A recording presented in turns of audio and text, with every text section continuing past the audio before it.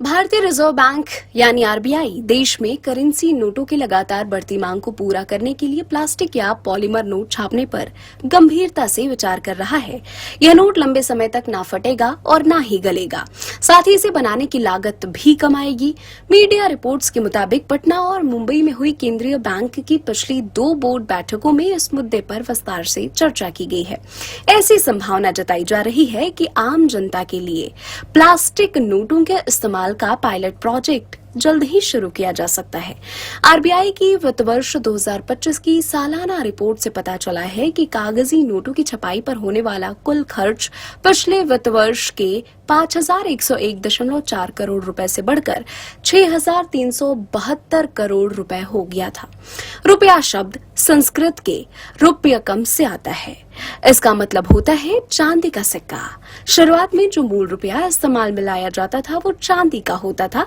इसकी वजह से इसका नाम रुपया पड़ा। मध्यकाल में भारत में रुपए का प्रयोग सबसे पहले सूर्य वंश के शासक शेरशाह सूरी ने किया था। उन्होंने देश पर 1540 से 1545 तक राज किया था। उस समय 10 ग्राम सोने से बने सिक्कों को रुपया कहा जाता था। उन्होंने ही सोने के साथ ही तांबे का भी सिक्का चलाया। पहली बार देश में कागज के नोटों का प्रचलन साल 1861 के पेपर करेंसी एक्ट के बाद शुरू हुआ था।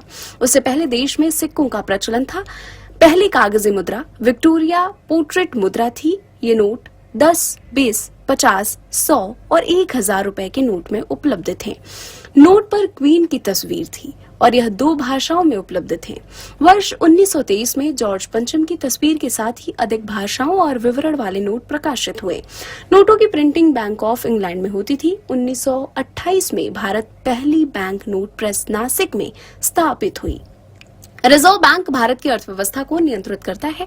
यह केंद्रीय बैंक भारत में बैंकिंग प्रणाली भी संचालित करता है। 1935 में रिजर्व बैंक की स्थापना reserve bank of India act 1934 के अनुसार हुई थी।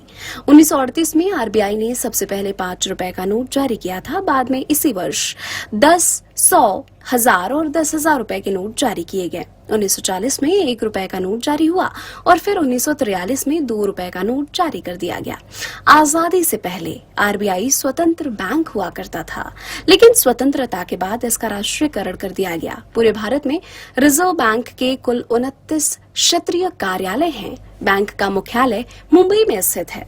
मौद्रिक नीति तैयार करना, उसका कार्यान्वयन और निगरानी करना आदि महत्वपूर्ण कार्य रिजर्व बैंक के ही जिम्मे हैं।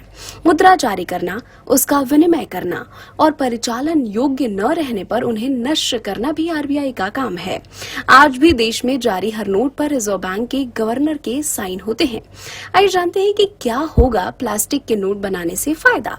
ये कागजी नोटों की तुलना में लगभग 2.5 गुना ज्यादा चलते हैं।